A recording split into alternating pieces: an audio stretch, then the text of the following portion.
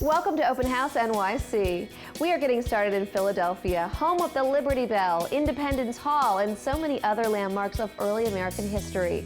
We are visiting the Powel House, an elegant Georgian mansion that was the focus of social life in Philadelphia during the late 18th century. The home is filled with beautifully preserved architectural details and furnishings that bring you back to revolutionary America.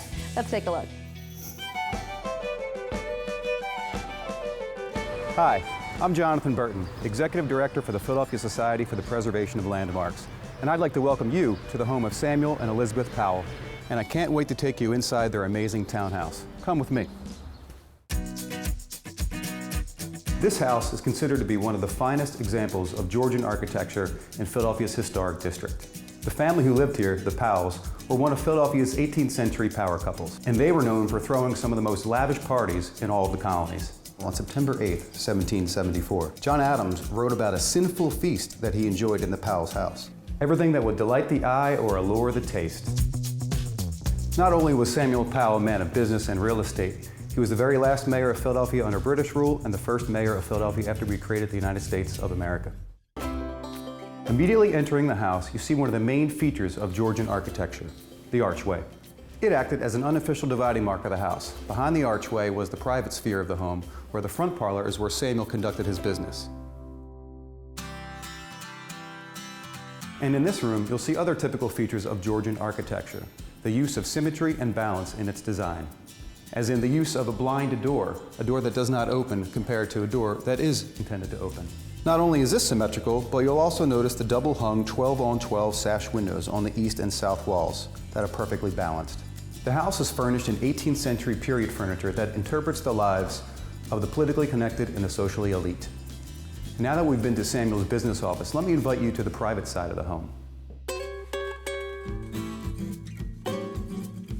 Because in fact, to come in here, you had to be invited, which means you are one of Philadelphia's colonial elite. This amazing room was used for small family affairs, but let me show you where the real parties happened. Right up these stairs. In fact, the first 3 presidents of the United States of America dined and danced with the Powels.